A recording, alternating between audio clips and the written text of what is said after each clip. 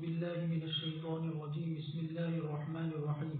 أفلا يتدبرون القرآن أم على قلوب أقفالها إن الذين ارتدوا على أدبارهم من بعد ما تبين لهم الهدى الشيطان سول لهم وأملى لهم ذلك بأنهم قالوا للذين كرهوا ما نزل الله سنطيعكم في بعض الأمر والله يعلم إسرارهم فكيف إذا توفتهم الملائكة يضربون وجوههم وأدبارهم ذلك بأنهم اتبعوا ما أسخط الله وكرهوا رضوانه فأحبط أعمالهم. کیا وہ غور و فکر نہیں کرتے ہیں قرآن کریم میں یا ان کے دلوں پر تالے پڑے ہوئے ہیں؟ بلا شبہ وہ لوگ جو پھر گئے اپنے پشت قبل بعد اس کے واضح ہو چکے ان کے سامنے ہدایت شیطان نے ان کے لیے مزین کر دیا، ان کو مہلت دکھلائی، یہ اس وجہ سے کہ انہوں نے کہا ان لوگوں سے جنہوں نے ناپسند کیا اس قرآن کریم کو جو اللہ تعالیٰ نے اتارا کہ عن قریب ہم تمہاری اطاعت کریں گے بعض امور میں، اور اللہ تبارک و تعالیٰ جانتے ہیں ان کی چپکے سے کہی ہوئی باتوں کو. بس کیا حال ہوگا جو فرشتے ان کی جان نکالیں گے، مارتے ہوں گے ان کے چہروں پر ان کی پیٹھوں پر، یہ اس وجہ سے کہ انہوں نے اتباع کی اس چیز کی جو اللہ تبارک و تعالیٰ کو ناراض کر دی اور انہوں نے ناپسند کیا اس کی خوشنودی کو، بس اللہ تبارک و تعالیٰ ان کے عمل کو ضائع کر دیا. اللہ تبارک و تعالیٰ فرماتے ہیں حکم دیتے ہوئے قرآن کریم میں غور و فکر کرنے کے بارے میں، اس کو سمجھنے کے بارے میں، اور منع کرتے ہوئے اس سے اعراض کرنے سے. بس اللہ تبارک و تعالیٰ نے فرمایا افلا یتدبرون القرآن ام علی قلوب اقفالها، بلکہ ان کے دلوں پر تالے پڑے ہوئے ہیں، بس ان کے دل بند ہے کہ اس کی طرف نہیں پہنچتی ہے کوئی بھی چیز اس کے معنی میں سے. پھر اللہ تبارک و تعالیٰ نے فرمایا ان الذین ارتدوا علی ادبارهم، یعنی وہ ایمان سے جدا ہو گئے اور وہ واپس لوٹ گئے کفر کی طرف. من بعد ما تبین لهم الهدى الشیطان سول لهم، یعنی شیطان نے ان کے لیے اس کو مزین کیا اور اس کو اچھا کر کے دکھایا. واملا لهم، یعنی ان کو دھوکے میں ڈال دیا اور ان کو فریب میں مبتلا کر دیا. ذلك بانهم قالوا للذین كرهوا ما نزل الله سنطيعكم في بعض الامر، یعنی ان کا مائل ہونا اور انہوں نے ان کی خرقائی کی باطل پر. اور یہی منافقین کی حالت ہوتی ہے کہ وہ ظاہر کرتے اس کے برخلاف جو ان کے دلوں میں ہوتا ہے. اس لیے اللہ تبارک و تعالیٰ نے فرمایا واللہ یعلم اسرارهم، یعنی وہ بات جو تم چپکے چپ سے کہتے ہو اور چھپاتے ہو اللہ تعالیٰ اس پر بھی مطلع ہے اور اس کو جاننے والے ہیں. جیسے کہ باری تبارک و تعالیٰ کا فرمان واللہ یکتب ما یبیتون. پھر اللہ تبارک و تعالیٰ نے فرمایا فکیف اذا توفتهم الملائکۃ یضربون وجوہهم وادبارهم، یعنی کیسی حالت ہوگی ان کی جب ان کے پاس فرشتے آئیں گے ان کی روحوں کو قبض کرنے کے لیے اور روحیں پھیل جائے گی ان کے جسموں میں اور اس کو نکالیں گے فرشتے سختی سے اور جھڑک کر اور مار مار کر. جیسا کہ اللہ تبارک و تعالیٰ نے فرمایا ولو تری اذ یتوفى الذین کفروا الملائکۃ یضربون وجوہهم وادبارهم، اور اللہ تعالیٰ نے فرمایا ولو تری اذ الظالمون فی غمرات الموت والملائکۃ باسطوا ایدیہم، یعنی مارنے کے ذریعے سے اخرجوا انفسکم اليوم تجزون عذاب الہون بما کنتم تقولون علی اللہ غیر الحق وکنتم عن آیاتی تستکبرون. اس لیے اللہ تبارک و تعالیٰ نے یہاں فرمایا ذلك بأنهم اتبعوا ما أسخط الله وكرهوا رضوانه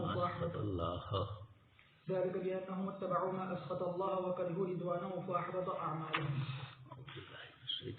بسم اللہ الرحمن الرحیم.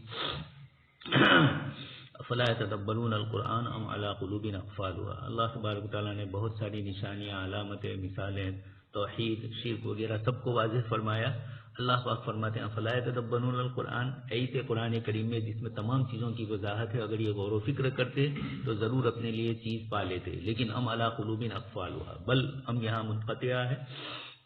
بل کے معنی میں بلکہ ان کے دلوں کے اوپر تالے لگے ہوئے ہیں. اللہ پاک جب ہدایت نہیں چاہتے ہیں اور بندے اپنے اسباب سے ہدایت سے دور ہوتے ہیں، اللہ پاک کی طرف سے جب مہر لگا دی جاتی ہے تو پھر ایسی کیفیتیں ہوتی ہے. ان الذین ارتدوا علی ادبارهم من بعد ما تبین لهم الهدى، ہدایت ان کے سامنے واضح ہو گئی مشرکین کے سامنے، اور اسی طرح یہود اور نصارہ کے سامنے. اس کے باوجود شیطان کی تزیین پر یہ لوگ چلے گئے اور منافقین کا بھی حال ذکر کیا. قالوا للذین کریہوا ما نزل اللہ سنطیعکم فی بعض الامر. یہ منافقین ظاہر میں ایمان لا رہے ہیں اور اندر سے کفر اور شرک والوں کے کہہ رہے ہیں کہ ہم تمہارے ساتھ ہیں. اللہ پاک فرماتے ہیں سارے اسرار کی چیزوں کو ہم جانتے ہیں. یہ کیفیت ان کی جب ہوگی منافقین کی اور مشرکین کی، جب فرشتے ان کو چہروں اور پشتوں کے بل ان کو دھکیلیں گے اور ان کو سزا دیں گے، ماریں گے، اس موقع کے اوپر یہ کیا حال ہوگا اللہ ہی اس کی کیفیت کو جانتے ہیں. دوسری آیتوں میں بھی فرمایا اذ الظالمون فی غمرات الموت اخرجوا انفسکم، ان کو کہا جائے گا، حالانکہ وہ خود نکال نہیں سکتے ہیں، اللہ ہی نکالیں گے، لیکن اس طریقے سے ان کے اوپر اللہ پاک کی طرف سے سختی ہوگی. أم حسب الذين في قلوبهم مرض أن لن يخرج الله أضغانهم ولو نشاء لأريناكهم فلعرفتهم بسيماهم ولتعرفنهم في لحن القول والله يعلم أعمالكم ولنبلونكم حتى نعلم المجاهدين منكم والصابرين ونبلو أخباركم. کیا گمان کیا ہے ان لوگوں نے جن کے دلوں میں بیماری ہے یہ کہ اللہ تعالیٰ ہرگز ظاہر نہیں کرے گا ان کے کینوں کو، اور اگر ہم چاہتے تو ہم تم کو منافقین دکھا دیتے، پھر البتہ آپ پہچان لیتے ان کو ان کی نشانیوں سے، اور البتہ آپ ان کو پہچان ضرور اور تم ضرور ان کو پہچان لو گے باتوں کے لہجوں میں، اور اللہ تبارک و تعالیٰ جانتے ہیں تمہارے اعمال کو، اور ضرور ہم ضرور تم کو آزمائیں گے یہاں تک کہ ہم جان لیں مجاہد جہاد کرنے والوں کو تم میں سے اور صبر کرنے والوں کو، اور تاکہ ہم جانیں تمہارے حالات کو۔ اللہ تبارک و تعالیٰ فرماتے ہیں ہم حسب الذین فی قلوبہم مرض ان لن یخرج اللہ اضغانہم، یعنی کیا منافقین یہ اعتقاد رکھتے ہیں کہ اللہ تبارک و تعالیٰ نہیں کھولے گا ان کے معاملے کو اپنے مومن بندوں کے سامنے، بلکہ عنقریب واضح کرے گا ان کے معاملے کو اور ان کو کھول کر بیان کر دے گا یہاں تک کہ سمجھنے والے اس کو سمجھ جائیں گے۔ اور تحقیق کہ اللہ تبارک و تعالیٰ نے آیت کریمہ نازل ان کے بارے میں سورہ براءت میں نازل کیا ہے، بس اس ان میں کی رسوائیوں کو ان کی رسوائی کو ان باتوں کو واضح کر دیا ہے۔ اسی وجہ سے سورہ براءت کو سورہ فاتحہ بھی کہا جاتا ہے، اور ادغان میں دیغنوں کی جمع ہے، یعنی وہ چیزیں جو دلوں میں ہوتی ہے، یعنی حسد اور کینہ اسلام کے لیے اور اسلام والوں کے لیے اور اسلام کی مدد کرنے کے لیے کھڑے رہنے والوں کے لیے۔ باری تبارک و تعالیٰ کا فرمان وَلَوْ نَشَاءُ لَأَرَيْنَاكَهُمْ فَلَعَرَفْتَهُمْ بِسِيمَاهُمْ، اللہ تبارک و تعالیٰ فرماتے ہیں اور اگر ہم چاہتے ہیں محمد صلی اللہ علیہ وسلم تو ہم آپ کو ضرور دکھا دیتے ان منافقین کو، پس تم ان کو پہچان لیتے، ان کی شخصیتوں کو بتلا دیتے، ان شخصیتوں کو بتلا دیتے، بس آپ ان کو پہچان لیتے متعینہ طور پر۔ اور لیکن اللہ تبارک و تعالیٰ نے یہ نہیں کیا تمام منافقین کے بارے میں، پردہ پوشی کرتے ہوئے اپنی طرف سے اپنی مخلوق پر، اور محمول کرتے ہوئے امور کو ظاہری سلامتی پر، اور لوٹاتے ہوئے پیچیدہ باتوں کو اس کے جاننے والے کی طرف۔ وَلَتَعْرِفَنَّهُمْ فِي لَحْنِ الْقَوْلِ، یعنی وہ چیزیں جو ظاہر ہوتی ہیں ان کے کلام میں سے، جو دلالت کرتی ہے ان کے مقاصد پر کہ متکلم سمجھ جائے گا کہ وہ کون سی جماعت میں سے ہے، یہ اس کے کلام اور اس کے مراد کے معنی کی وجہ سے ہوگا، اور یہی مراد ہے لحن القول سے۔ جیسا کہ امیر المؤمنین عثمان بن عفان رضی اللہ تعالیٰ عنہ نے فرمایا کہ کوئی کسی راز کو نہیں چھپاتا ہے مگر اللہ تبارک و تعالیٰ اس کو ظاہر کر دیتے اس کے چہروں کے نقوش پر، اس کی زبان کے لفظوں پر، اور حدیث میں ہے کہ کوئی نہیں چھپاتا ہے کسی راز کو مگر اللہ تعالیٰ اس کو کپڑا پہناتے ہیں، اگر اچھا ہے تو اچھا اور اگر برا ہے تو برا۔ اور تحقیق وارد ہوا ہے حدیث میں منافقین کی جماعت کی تعین۔ عقبہ بن عمرو رضی اللہ تعالیٰ عنہ نے فرمایا کہ ہم کو رسول اللہ صلی اللہ علیہ وسلم نے خطبہ دیا، بس آپ صلی اللہ علیہ وسلم نے اللہ تعالیٰ کی حمد و ثنا بیان کی، پھر فرمایا کہ بلا شبہ تم میں سے کچھ منافقین ہیں، بس میں جس کے نام لوں تو چاہیے کہ وہ کھڑے ہو جائے۔ پھر آپ نے فرمایا کہ کھڑا ہو جائے فلاں، کھڑا ہو جائے فلاں، کھڑا ہو جائے فلاں، یہاں تک کہ آپ نے 36 لوگوں کے نام لیے، پھر فرمایا کہ بلا شبہ تم میں سے کچھ منافقین ہیں، بس تم اللہ سے ڈرو۔ راوی نے فرمایا کہ بس حضرت عمر رضی اللہ تعالیٰ عنہ ایک آدمی کے پاس سے گزرے جو ان لوگوں میں سے جن کے نام بیان کیے گئے تھے، وہ کپڑا لکھتے ہوئے تھا چہرے پر، اور حضرت عمر رضی اللہ تعالیٰ عنہ اس کو پہچانتے تھے، تو حضرت عمر نے فرمایا کہ تیرا کیا حال ہے، تو اس نے وہی بات بیان کی جو رسول اللہ صلی اللہ علیہ وسلم نے فرمائی تھی، بس حضرت عمر نے فرمایا کہ تیرے لیے پورا دن دوری ہو۔ اللہ تبارک و تعالیٰ کا فرمان وَلَنَبْلُوَنَّكُمْ، یعنی ہم ضرور تم کو آزمائیں گے اوامر اور نواہی کے ذریعے سے، حَتَّى نَعْلَمَ الْمُجَاهِدِينَ مِنْكُمْ وَالصَّابِرِينَ وَنَبْلُوَ أَخْبَارَكُمْ، اور کوئی شک نہیں ہے اللہ تبارک و تعالیٰ کے پہلے سے علم ہونے کی وجہ سے ان چیزوں کے بارے میں جو ہونے والی ہے، اور کوئی شبہ نہیں ہے، بس مراد یہی ہے کہ تاکہ ہم جان لیں اس کے واقع ہونے کو۔ اس لیے ابن عباس رضی اللہ تعالیٰ عنہ فرماتے ہیں اس کے معنی میں کہ مگر تاکہ ہم جان لیں، یعنی ہم سمجھ لیں۔ ام حسب الذین فی قلوبہم مرض، منافقین، چونکہ سورت مدنی ہے، مدینہ منورہ میں منافقین کی شرارتیں جب اپنی تیزی پر پہنچ چکی تھی شباب کے اوپر، تو ایسے موقع پر اللہ تبارک تعالیٰ نے ان کے نفاق کو کھول کر بتلا دیا۔ انہی میں سے یہ آیات ہے جس میں اللہ تبارک تعالیٰ فرماتے ہیں کہ اندر کے جو ان کے کینے ہیں وہ کھل کر آ جائیں گے، اور عملی شکل کے اندر وہ مسلمانوں سے کھل کر مخالفت کریں گے۔ غزوہ احزاب کے موقع پر کھل کر یہ چیزیں سب سامنے آ گئی۔ وَلَوْ نَشَاءُ لَأَرَيْنَاكُمْ فَلَعَرَفْتَهُمْ بِسِيمَاهُمْ، ہم کچھ نشانیاں آپ کو بتلائیں گے اور آپ ان کو جان بھی لیں گے۔ چنانچہ ان کی شخصیتوں کا نام لے کر آپ صلی اللہ علیہ وسلم کو معلوم تھا، لیکن کسی موقع پر بیان کیا، عام احوال کے اندر آپ صلی اللہ علیہ وسلم نے ان چیزوں کو مخفی ہی رکھا، اور آپ صلی اللہ علیہ وسلم نے وَلَتَعْرِفَنَّهُمْ فِي لَحْنِ الْقَوْلِ، ان کی باتوں کے انداز، تکلم کے، خطاب کے، اور ان کے چہرے اور ان کی آنکھیں، ان کے بھویں، ان کے ظاہری جسم کی ساری علامتیں بتلاتی ہے کہ یہ بات کے اندر بھی لڑک جاتے ہیں۔ آدمی کے دل میں کچھ ہوتا ہے، زبان پر کچھ ہوتا ہے، تو دونوں کی موافقت نہ ہونے کی بنیاد پر آدمی کی زبان لڑکھڑاتی ہے، وہ بولنے جاتا ہے کچھ اور نکل جاتا ہے کچھ، یا صحیح سمجھ میں نہیں آتا ہے اس موقع پر کیا کہا جائے۔ تو یہ فی لحن القول، مفسرین نے یہی ذکر کیا کہ دل میں انہوں نے کچھ اور چھپایا اور زبان کے اندر کچھ اور آ رہا تھا، یہ عدم موافقت کی وجہ سے کھل کر آ جاتا تھا۔ واللہ یعلم اعمالکم، ان کے سارے اعمال کو اللہ پاک جانتے ہیں۔ آگے اللہ تبارک تعالیٰ نے روایت بھی ذکر کرتے ہیں کہ 36 آدمیوں کو آپ صلی اللہ علیہ وسلم نے کھڑا کر دیا، ان کا نام لے لے کر۔ حضرت عمر ایک سے تعلق رکھتے تھے، جب آپ کو پتا چلا کہ یہ ان لوگوں میں سے ہے تو پھر کہا کہ اب تیرے ساتھ کوئی تعلق نہیں ہوگا۔ وَلَنَبْلُوَنَّكُمْ، ہم ضرور بھی ضرور آزمائیں گے۔ حتیٰ نعلم المجاہدین، یہاں تک کہ ہم مجاہدین کو جان لیں۔ یہ اس قسم کی آیتیں آئی، اس کے اندر الفاظ کے ظاہر پر اعتبار کرتے ہوئے معتزلہ وغیرہ کچھ باطل جماعتوں نے اللہ پاک کے علم کی شے کے وقوع سے پہلے نفی کی اور یہ کہا کہ اللہ پاک خود فرماتے ہیں کہ ہم جان لیں، تو اب تک گویا نعوذ باللہ نہیں جانا ہے۔ یہ ایک تعبیر ہے قرآن کریم کی، یہ اللہ تبارک تعالیٰ کی دوسری صفات کا اتنی کثرت سے قرآن میں ذکر ہے کہ پتہ چل جاتا ہے کہ نعلم یہاں پر نرا کے معنی میں ہے۔ اور بھی اس طرح کئی آیتوں میں اللہ تبارک تعالیٰ نے فرمایا لِأَلَّا يَعْلَمَ أَهْلُ الْكِتَابِ، وہاں پر بھی لِأَلَّا کا لفظ آیا ہے۔ خیر وہاں تو دوسری گفتگو ہے، لِأَلَّا کس لفظ کس معنی میں ہے۔ یہاں اس طریقے سے اللہ تبارک تعالیٰ نے فرمایا کہ ہم تمہارے ایمان کو ضائع نہیں کریں گے۔ دوسرے پارے میں سیقول السفہاء میں وہاں صحابہ کرام کو یہی فرمایا کہ ہم جانتے ہیں، وہاں پر بھی یہی مطلب ہے کہ ہمارا علم بھی ہے اور ہماری قدرت بھی ہے، دونوں چیزوں سے ہم جانتے ہیں۔ لیکن ایک تعبیر ہوتی ہے کہ ہم جان لیں گے، ای تمیز لنتمیز۔ إن الذين كفروا وصدوا عن سبيل الله وشاقوا الرسول من بعد ما تبين لهم الهدى لن يضروا الله شيئا وسيحبط أعمالهم يا أيها الذين آمنوا أطيعوا الله وأطيعوا الرسول ولا تبطلوا أعمالكم إن الذين كفروا وصدوا عن سبيل الله ثم ماتوا وهم كفار فلن يغفر الله لهم فلا تهنوا وتدعوا إلى السلم وأنتم الأعلون والله معكم ولن يتركم أعمالكم۔ بالأسباب وہ لوگ جنہوں نے کفر کیا اور جنہوں نے روکا اللہ تعالیٰ کے راستے سے اور جنہوں نے مخالفت کے رسول اللہ صلی اللہ علیہ وسلم کی بات اس کے کہ ان کے سامنے ہدایت واضح ہو چکی تھی، ہرگز وہ اللہ تبارک و تعالیٰ کا کسی چیز میں نقصان نہیں پہنچا سکیں گے اور عنقریب اللہ تبارک و تعالیٰ ان کے عمل کو حق کر دیں گے۔ اے ایمان والو، تم اطاعت کرو اللہ کی اور اطاعت کرو رسول کی اور تم اپنے اعمال کو باطل مت کرو۔ بلا شبہ وہ لوگ جنہوں نے کفر کیا اور جنہوں نے روکا اللہ کے راستے سے پھر وہ مر گئے اس حال میں کہ وہ کافر تھے، بس ہرگز اللہ تبارک و تعالیٰ ان کی مغفرت نہیں کرے گا۔ بس تم کمزور مت بنو اور تم صلح کی طرف مت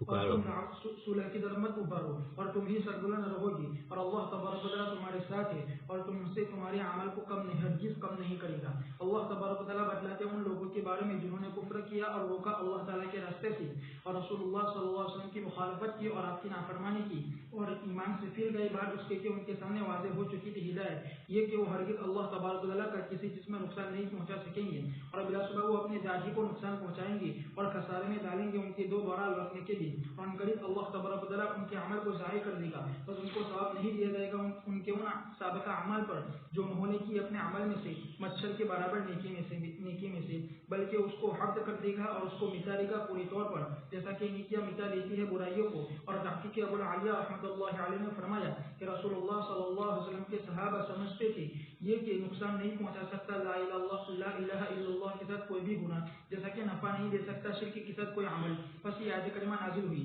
اطیعوا اللہ واطیعوا الرسول ولا تبطلوا اعمالکم، بس ان کو خوف ہوا کہ گناہ عمل کو باطل کر دیتا ہے۔ ابن عمر رضی اللہ تعالیٰ عنہما سے روایت ہے، فرمایا کہ ہم رسول اللہ صلی اللہ علیہ وسلم کے صحابہ کی جماعت ہم یہ سمجھتے تھے کہ کوئی چیز نہیں ہے نیکیوں میں سے مگر وہ قبول ہو جاتی ہے، یہاں تک کہ آیت کریمہ نازل ہوئی اطیعوا اللہ واطیعوا الرسول ولا تبطلوا اعمالکم۔ بس ہم نے کہا کہ یہ کیا چیز ہے جو ہمارے عمل کو باطل کر دیتی ہے؟ بس ہم نے کہا کہ وہ جہنم کو واجب کرنے والے بڑے گناہ ہیں اور فواحش ہے، یہاں تک کہ باری تبارک و تعالیٰ کا یہ فرمان نازل ہوا ان اللہ لا یغفر ان یشرک بہ ویغفر ما دون ذلک لمن یشاء۔ پھر جب یہ آیت کریمہ نازل ہوئی تو ہم اس کے بارے میں بات کرنے سے رک گئے، بس ہم خوف کرتے تھے اس آدمی پر جو بڑے گناہوں کا ارتکاب کرے اور فواحش کا، اور ہم امید کرتے ہوئے اس آدمی کے لیے اس کا ارتکاب نہ کرے. پھر اللہ تبارک و تعالیٰ نے اپنے مومن بندوں کو حکم فرمایا اپنی اطاعت کرنے کا اور اپنے رسول کی اطاعت کرنے کا جو کہ ان کے لیے سعادت دنیا اور آخرت میں، اور ان کو منع کیا ارتداد سے جو کہ ان کے عمل کو باطل کرنے والی ہے. اس لیے اللہ تبارک و تعالیٰ نے فرمایا وَلَا تُبْطِلُوا أَعْمَالَكُمْ، یعنی مرتد ہونے کے ذریعے سے. اس لیے اللہ تعالیٰ نے اس کے بعد فرمایا إِنَّ الَّذِينَ كَفَرُوا وَصَدُّوا عَن سَبِيلِ اللَّهِ ثُمَّ مَاتُوا وَهُمْ كُفَّارٌ فَلَن يَغْفِرَ اللَّهُ لَهُمْ. جیسے کہ باری تبارک و تعالیٰ کا فرمان ان اللہ لا یغفر ان یشرک به ویغفر ما دون ذلك لمن یشاء. پھر اللہ تبارک و تعالیٰ نے اپنے مومن بندوں سے فرمایا فلا تہنوا، یعنی کمزور مت بنو دشمنوں کے خلاف، وتدعوا الى السلم، مقابلے بھی، وتدعوا الى السلم یعنی معاہدے کی طرف اور مصالحت کی طرف اور قتال کو بند کرنے کی طرف تمہارے درمیان اور کفار کے درمیان تمہارے مضبوط ہونے کی حالت میں. اس لیے اللہ تبارک و تعالیٰ نے فرمایا وانتم الاعلون، یعنی تمہارے بلند ہونے کی حالت میں تمہارے دشمنوں پر. پھر جب کفار ان میں زیادہ قوت ہو اور کثرت ہو نسبت کرتے ہوئے تمام مسلمانوں کی جانب اور امام مناسب سمجھے مصالحت میں اور معاہدے میں کہ مصلحت ہے اس میں، تو اس کے لیے جائز ہے کہ وہ ایسا کرے جیسا کہ رسول اللہ صلی اللہ علیہ وسلم نے کیا تھا اس وقت کہ آپ کو روکا تھا کفار قریش نے مکہ سے، اور انہوں نے آپ کو پیشکش کی تھی صلح کی طرف مکہ میں داخل ہونے سے، اور انہوں نے آپ کو پیشکش کی صلح کی طرف اور جنگ ختم کرنے کی طرف، ان کے درمیان اور آپ کے درمیان 10 سال. بس آپ صلی اللہ علیہ وسلم نے ان کی اس پیشکش کو قبول کر لیا. اور باری تبارک و تعالیٰ کا فرمان واللہ معکم، اس میں عظیم بشارت ہے نصرت کی اور کامیابی کی دشمنوں کے خلاف. وَلَن يَتِرَكُمْ أَعْمَالَكُمْ، یعنی ہرگز اس کو ضائع نہیں کرے گا اور اس کو باطل نہیں کرے گا اور تم سے اس کو نہیں چھینے گا، بلکہ وہ تم کو اس کا پورا ثواب دے گا اور اس میں سے ایک چیز بھی کم نہیں کرے گا. واللہ اعلم. آپ صلی اللہ علیہ وسلم اور صحابہ کرام کو مشرکین منافقین کی طرف سے جو اذیتیں اور تکلیفیں پہنچ رہی تھی، یہ فتح مکہ سے پہلے کی ساری آیات اور ساری اس قسم کے مواقع ہے جس کے اندر کفار بڑی شدت کے ساتھ مسلمانوں کے مقابلے میں آ گئے تھے. منافقین کی طرف سے بھی شرارتیں تھیں. تو اللہ تبارک تعالیٰ فرماتے ہیں کہ کفر اور اللہ کی راہ سے روکنے والے، رسول کی مخالفت کرنے والے ہدایت سامنے آ جانے کے بعد وہ اللہ کو کوئی نقصان نہیں پہنچا سکتے. اس لیے اگر عبداللہ ابن ابی اپنے ساتھیوں کو لے کر چلا جائے غزوہ احد میں تو آپ صلی اللہ علیہ وسلم کو کوئی تکلیف اور اذیت نہیں. اسی طرح غزوہ احزاب کے موقع پر بھی منافقین کی شرارتیں سامنے آئی. یہ سب کچھ چیزیں آئی. اللہ تبارک تعالیٰ فرماتے ہیں اللہ پاک ان کے اعمال کو بیکار کریں گے. اس کے مقابلے میں ایمان والوں کو کہا کہ اس قسم کی چیزوں سے تمہیں پریشان ہونے کی ضرورت نہیں ہے. ایک ہی علاج ہے اطیع اللہ و اطیع الرسول، اللہ و رسول کی اطاعت کرو اور اپنے اعمال کو بیکار مت کرو. اسی کے ضمن میں نیچے صحابی رضی اللہ تعالیٰ عنہ فرماتے ہیں کہ ہم یہ سوچنے لگے، ہم یہ سمجھتے تھے کہ توحید کے بعد کوئی چیز انسان کو تکلیف نقصان نہیں دیتی ہے اور شرک کے بعد کوئی چیز فائدہ نہیں دیتی ہے، لیکن توحید کے ساتھ ساتھ ضروری ہے اعمال بھی. اس لیے ولا تبطلوا اعمالکم کے ذریعے اشارہ کر دیا کہ کبائر گناہ فواحش یہ اللہ تبارک تعالیٰ کو ناراض کرنے والے ہیں. پھر اللہ پاک نے ایک اور آیت نازل فرمائی ان اللہ لا یغفر ان یشرک به، تو ہمیں اطمینان ہو گیا کہ کفر اور شرک سے تو اللہ تبارک تعالیٰ معاف کر دیں گے توبہ کرنے اور اللہ کی طرف متوجہ ہونے کی بنیاد پر. اور ویغفر ما دون ذلک لمن یشاء، دوسرے گناہوں کے سلسلے میں فرمایا کہ معاف فرما دیں گے جس کے لیے چاہے. تو یہ تھوڑی آسانی اور نرمی آ گئی. آگے اللہ پاک نے چونکہ سورت مدنی ہے اور مشرکین کے ساتھ سابقہ پڑ چکا تھا جہاد کا، تو یہ فرما دیا فلا تہینوا، تم کمزور مداہنت مت دکھلاؤ دشمن کے مقابلے میں. وتدعوا الی السلم، جب تمہیں صلح کی طرف بلایا جائے اس موقع کے اوپر جبکہ تم غالب ہو اور دشمن کی طرف سے تمہیں اذیتیں اور تکلیفیں پہنچ رہی ہے، تو حال اور موقع کی مناسبت سے اگر امام چاہے تو صلح نہ کرے، اور اگر دیکھ رہے ہیں کہ صلح میں مناسبت زیادہ ہے جیسے آپ صلی اللہ علیہ وسلم نے حدیبیہ کے موقع پر فرمایا صلح فرما لی، تو آپ صلی اللہ علیہ وسلم کی فقہ السیرہ میں یہی آتا ہے کہ دو بڑے دشمن آپ کے مقابلے میں تھے. ایک طرف مکہ کے مشرکین تھے اور دوسری طرف خیبر کے یہودی تھے. یہودی قریب میں تھے 150-200 کلومیٹر کی دوری پر، اور مکہ والے 300-350 سے اوپر کلومیٹر کی دوری پر تھے. اس اعتبار سے مکہ والے چونکہ جزیرۃ العرب میں ان کا ایک بڑا مقام تھا بیت اللہ کے مجاور ہونے کی وجہ سے، اس لیے آپ صلی اللہ علیہ وسلم نے ان سے صلح مناسب سمجھی، اور ان سے صلح ہو جائے تو اطراف کے سارے قبائل جو مشرکین کے تھے ان سب سے بھی صلح ہو جائے. اور اس کے مقابلے کے اندر خیبر بیک وقت دو دشمنوں سے مقابلہ مسلمان ظاہر میں نہیں کر سکتے تھے. تو اللہ تبارک تعالیٰ نے یہ کیا کہ مشرکین مکہ کے ساتھ صلح کے لیے آپ صلی اللہ علیہ وسلم تیار ہو گئے. صحابہ کرام یہ اللہ کے رسول صلی اللہ علیہ وسلم اور اللہ پاک کا جو باطنی پلان تھا اس کو نہیں سمجھ پا رہے تھے، وہ صرف ظاہر میں یہ دیکھ رہے تھے کہ بیت اللہ سے روکا جا رہا ہے اور زبردستی صلح ہو رہی ہے. جب اس کے بعد اللہ تبارک تعالیٰ نے جیسے ہی واپس آئے صلح سے، فوراً اللہ تبارک تعالیٰ نے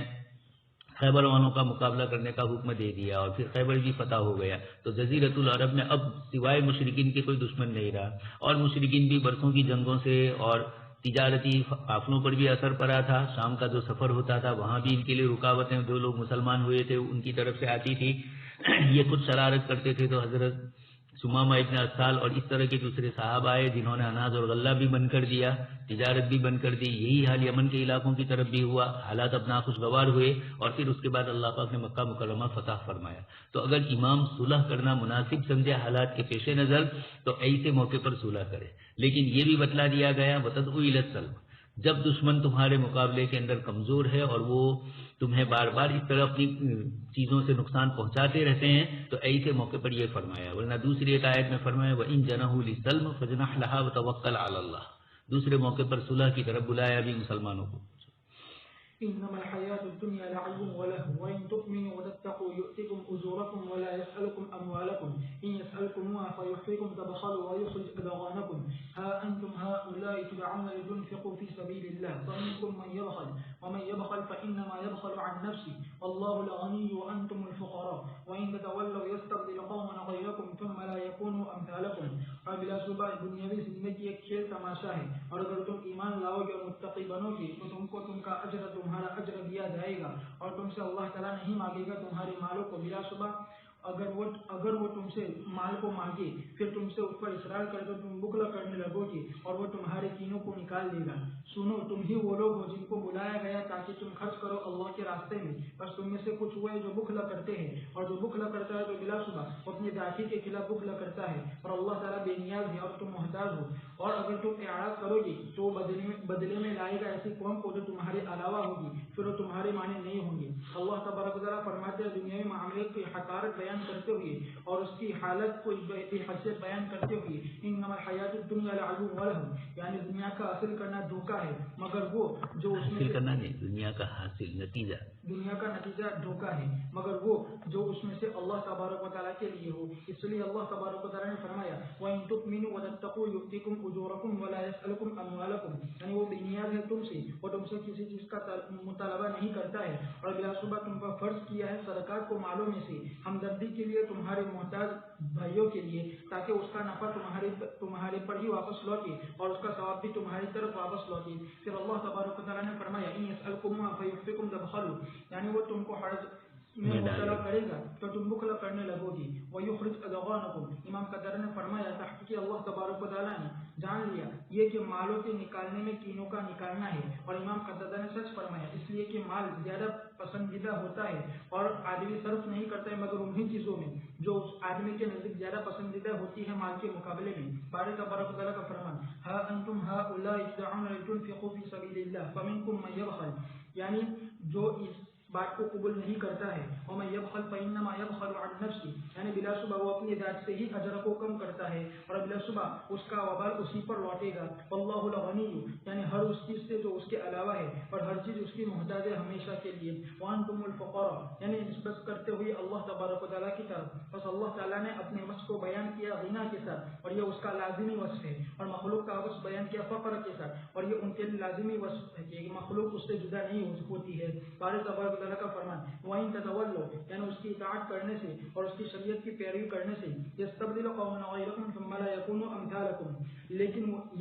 لیکن وہ سننے والے ہوں گے، اللہ کی اطاعت کرنے والے ہوں گے اور اس کے اوامر کی۔ حضرت ابو ہریرہ رضی اللہ تعالیٰ عنہ سے روایت ہے، فرمایا کہ بلا شبہ رسول اللہ صلی اللہ علیہ وسلم نے اس آیت کریمہ کی تلاوت فرمائی وَإِن تَتَوَلَّوْا يَسْتَبْدِلُ قَوْمًا غَيْرَكُمْ ثُمَّ لَا يَكُونُوا أَمْثَالَكُمْ، تو صحابہ نے عرض کیا کہ اللہ کے رسول یہ کون لوگ ہوں گے کہ اگر ہم اعراض کریں تو وہ ہمارے بدلے میں لائے جاتے، پھر وہ ہمارے مانند نہ ہوتے؟ تو آپ نے فرمایا کہ آپ نے اپنا ہاتھ سلمان فارسی رضی اللہ تعالیٰ عنہ کے کندھے پر رکھا، پھر فرمایا کہ یہ اور ان کی قوم اگر یہ دین سوریا ستارے پر بھی ہوتا تو فارس کے لوگ اس کو حاصل کر لیتے۔ انما الحیات الدنیا لعب ولہو، دنیا کی زندگی کا حاصل دیکھنے جائے تو آدمی زندگی بھر محنت روزی روزگار کماتا ہے، کچھ دنیا حاصل کرتا ہے اور پھر وہ دنیا انسان کو کام نہیں آتی ہے، بہت سی مرتبہ اولاد کام نہیں آتی ہے، مال و دولت کمایا ہوا ہے لیکن وہ اس کو کام نہیں آتا. تو اللہ تبارک تعالیٰ فرماتے ہیں کہ دنیا کی زندگی کا حاصل اگر دیکھنے جائیں، عبد الملک ابن مروان اتنی بڑی حکومت پر قابض تھے لیکن دنیا سے جاتے ہوئے یہی کہا کہ اسی کے لیے یہ میں نے سب کچھ کیا، اپنے رشتہ داروں کے ساتھ لڑائی مول لی، اپنے خاندان کے آدمیوں کو مارا، یہ اس طرح کا جو کچھ میں نے کیا، جب یہ دنیا سے ایک دن جانا ہی تھا تو میں نے کاش کہ اس طرح نہ کیا ہوتا. سکندر کے بھی یہ کلمات اس طرح کے آتے ہیں، اور بھی دوسرے بڑے بڑے لوگوں نے زندگی کا حاصل یہی بتلایا. تو اللہ پاک فرماتے ہیں کھیل تماشا کی ایک زندگی ہے، جیسے بچوں کے کھیل ہوتے ہیں، مٹی کے گھر بناتے ہیں اور پھر بچے خود ہی لات مار کے اس کو توڑ دیتے ہیں، بس یہی حال انسانی زندگی کا ہے. اعلموا انما الحیات الدنیا، اس کے اندر بڑی تفصیل سے ذکر کیا ہے، آگے آ رہی وَإِن تُؤْمِنُوا وَتَتَّقُوا يُؤْتِكُمْ أُجُورَكُمْ وَلَا يَسْأَلْكُمْ أَمْوَالَكُمْ. اللہ پاک فرماتے ہیں کہ ایمان اور تقوی کی بنیاد پر رہو گے تو تمہیں تمہارا بدلہ بھی ملے گا، اور اللہ تبارک تعالیٰ تم سے تمہارے مال کا مطالبہ نہیں کرتے ہیں. اللہ تبارک تعالیٰ مال کی محبت نکالنے کی اصل گفتگو ہے یہ. یسألکموہا فیحفکم، اگر اللہ پاک تمہارے پاس مال مانگتا اور 2.5% نہ ہوتا بلکہ 10%، 15%، 20%، 50% ہوتا جیسے دنیا کے ٹیکسز ہے، جی ایس ٹی وغیرہ، اگر یہ اس طرح زیادتی ہوتی تو بندے فیحفکم تبخلوا. اللہ تبارک تعالیٰ فرماتے کہ تم اس میں پریشان ہو جاتے، حرج میں مبتلا ہوتے اور تم نہ ادا کرتے. لیکن اللہ تبارک تعالیٰ ویخرج اضغانکم، اندر کے کینے میں جو مال کے محبتیں لگی ہوئی ہے یہ اس لیے نکالنا چاہتے ہیں کہ جب مال کی محبت دل سے نکلے گی، جب خود اپنی طرف سے اللہ کی راہ میں زکوٰۃ اور صدقات اور نفلی چیزیں دے گا تو اندر سے اس کا نفس اس کو مال کی محبت سے اللہ تبارک تعالیٰ اس نظام کے ذریعے دور کر دیں گے. پھر کسی کے مال پر اس کی نظر ہو یہ نہیں ہو سکے گا. حرام مال کماؤں اور پھر میں زکوٰۃ دوں، یہ تو بیوقوفی ہوئی. ہاں انتم ہؤلاء تدعون لتنفقوا فی سبیل اللہ. ابتداء اسلام میں مسلمانوں کو ضرورت تھی اللہ کی راہ میں مال کے خرچ کرنے کی، اس لیے مدینہ منورہ کی ہجرت بھی لازمی ہو گئی تاکہ عدداً و عدتاً بڑھ جائے اور اللہ کی راہ میں خرچ کرنے کی بھی فضیلتیں اور ثواب ذکر کیا گیا. بخل کرنے والا آدمی اپنے ہی اوپر بخل کرتا ہے. نیچے روایت میں ابن کثیر نے بیچ میں یہ ذکر کیا، بہت اچھی چیز، کہ مال تم اپنے ہی رشتہ داروں کو دیتے ہو اور آپس میں تمہارا فقر دور ہوتا ہے، پھر کبھی تمہارے پر فقر آئے گا، وہ مالدار ہوگا وہ دے گا، تو دنیاوی اعتبار سے بھی زکوٰۃ کے ادا کرنے میں تمہیں فائدہ ہے، نفلی صدقات میں فائدہ ہے. واللہ الغنی وانتم الفقراء، اللہ کی صفت غنا ہمیشہ سے لگی ہوئی ہے اور انسان کا فقر یہ ہمیشہ سے ہے. جو کچھ آ رہا ہے وہ اللہ کے انعامات اور احسانات سے آ رہا ہے، ورنہ انسان ہر اعتبار سے محتاج ہے اللہ تبارک تعالیٰ کا. فقراء کا معنی صرف مالیات ہی نہیں ہے، بہت ساری چیزوں میں. آگے اللہ پاک فرماتے ہیں کہ ایمان والو، اگر تم نے اللہ کے دین میں کچھ کمزوری بتلائی تو اللہ پاک دوسری قوم کو کھڑی کریں گے اور وہ تمہارے جیسے نہیں ہوں گے. اس طرح کی ایک اور آیت بھی 7ویں پارے میں بھی ہے، 6 پارے میں، وہاں پر بھی یہی ذکر کیا گیا تھا اور یہی روایت ابن کثیر نے وہاں بھی نقل کی ہے. دیگر مفسرین نے بھی حضرت سلمان فارسی والی روایت کو نقل کیا ہے کہ یہ لوگ دین اگر سوریا ستارے پر ہوگا تو فارس والے اس کو بھی لے آئیں گے. فارسی سے مراد حضرت اس وقت کا جو فارس تھا وہ پورا کا پورا ایرانی امپائر میں، اس لیے امام بخاری، امام مسلم، امام ترمذی، صاحب ہدایہ، سرخسی اور اس طرح کے دوسرے جتنے بھی بڑے بڑے حضرات ہیں، شاشی، یہ جتنے ان علاقوں میں ہیں ماوراء النہر کے، ازبکستان، قزاقستان میں، وہ بھی اس زمانے میں کسرا کے ماتحت تھے، اس لیے ان کو بھی فارس سمجھا جائے گا. اس لیے یہ ہمارا پورا ماوراء النہر کا علاقہ صرف ایران سے مراد اس وقت کا ایران ہے وہ نہیں ہے. اس وقت جو عراق ہے وہ بھی کسی زمانے میں ایران کا صوبہ تھا. عراق کے 2 حصے تھے، سواد عراق جو جزیرت العرب سے ملا ہوا حصہ ہے سعودی عربیہ سے، وہ تو عربی بولنے والا تھا، اور عراق کا وہ حصہ جو ایران سے لگا ہوا ہے وہ عجمی زبان بھی بولتے تھے. تو اس اعتبار سے ایران میں عراق کی یہ دونوں حیثیتیں تھیں. خیر، تو اللہ کے رسول صلی اللہ علیہ وسلم نے حضرت سلمان فارسی پر ہاتھ رکھا اور یہ بتلا دیا گویا کہ ان کی دین سوریا ستارے پر ہوگا تو بھی لے آئیں گے. حافظ جلال الدین سیوطی رحمۃ اللہ علیہ نے اس روایت کے پیش نظر امام ابو حنیفہ رحمۃ اللہ علیہ کو قرار دیا ہے، لیکن ہم حنفی اتنے بخیل نہیں بننا چاہتے ہیں. ہم اس روایت کا عموم رکھنا چاہتے ہیں، اس میں امام بخاری بھی آ جائے، امام مسلم بھی آ جائے، محدثین کی بھی جماعت آ جائے، اصولیین کی بھی، فقہاء مجتہدین کی بھی. یہ سب کے سب اجمی حضرات جو ہے وہ حضرت مولانا علی میاں صاحب نے لکھا ہے کہ عربوں نے اتحاد اور اتفاق اور یکجہتی کی بنیاد کے اوپر مسلمان آپس میں ایک دوسرے کے ساتھ برابر ہے. عربوں نے اجمیوں کو بڑے بڑے عہدے بھی دیے اور بڑے بڑے القاب سے بھی نوازا. حجت الاسلام امام غزالی کو کہا گیا اور اسلام کا دماغ حضرت امام راضی کو کہا گیا، دونوں اجمی ہے. لیکن اس کے باوجود عربوں نے امیر المومنین امام بخاری کو لقب دیا، حدیث شریف کا وہ بھی عظمی ہے. تو اس بنیاد کے اوپر عربوں نے بھی ان چیزوں کو کیا. اللہ پاک نے اشارہ لیکن فرما دیا تھا. سورۃ الفتح مدنی اور اس کے آیت 29 ہے. امام احمد رحمۃ اللہ علیہ نے روایت کیا معاویہ بن قرہ رضی اللہ تعالیٰ عنہ سے فرمایا کہ میں نے عبداللہ بن مغفر رضی اللہ تعالیٰ عنہ کو فرماتے ہوئے سنا کہ رسول اللہ صلی اللہ علیہ وسلم نے تلاوت فرمائی فتح مکہ کے ساتھ اپنے سفر میں سورہ فتح کی اپنے سواری پر، بس آپ نے اس میں ترغیب فرمائی. حضرت معاویہ نے فرمایا اگر میں ناپسند نہ کرتا یہ کہ لوگ ہمارے پاس جمع ہو جائے تو میں ضرور آپ کی قرآن کو نقل کرتا. بسم اللہ الرحمن الرحیم انا فتحنا لك فتحا مبینا لیغفر لك الله ما تقدم من ذنبك وما تأخر ويتم نعمته عليك ويهديك صراطا مستقيما وينصرك الله نصرا عزيزا. بلا شبہ ہم نے آپ کو فتح عطا فرمائی فتح مبین تاکہ اللہ تبارک و تعالیٰ معاف کر دے آپ کے اگلے اور پچھلے گناہوں کو اور اپنی نعمت کو مکمل کر دے آپ پر اور آپ کی رہنمائی فرمائے صراط مستقیم کی طرف اور اللہ تبارک و تعالیٰ آپ کو زبردست نصرت عطا فرمائے. یہ سورۃ کریمہ نازل ہوئی ہے جبکہ رسول اللہ صلی اللہ علیہ وسلم واپس تشریف لا رہے تھے حدیبیہ سے ذوالقعدہ میں سن ہجری 6 میں، جس وقت کے مشرکین نے آپ کو روکا مسجد الحرام کی طرف پہنچنے سے اور وہ حائل ہو گئے آپ کے درمیان اور عمرہ کے درمیان. پھر وہ مائل ہوئے صلح کی طرف اور معاہدے کی طرف، یہ کہ آپ اپنے اس سال واپس چلے جائے پھر آنے والے سال میں آئے. بس رسول اللہ صلی اللہ علیہ وسلم نے ان کی اس شرط کو قبول کر لیا باوجود یہ کہ ناپسند کیا صحابہ کی ایک جماعت نے اور ان میں سے عمر بن خطاب رضی اللہ تعالیٰ عنہ بھی تھے. پھر جب آپ نے نحر کیا اپنی حجی کا جہاں آپ کو محصور کیا گیا تھا اور آپ واپس لوٹے تو اللہ تبارک و تعالیٰ نے اس سورت کو نازل فرمایا اور اس سورہ کو فتح قرار دیا اس اعتبار سے کہ اس میں مصلحت تھی اور اس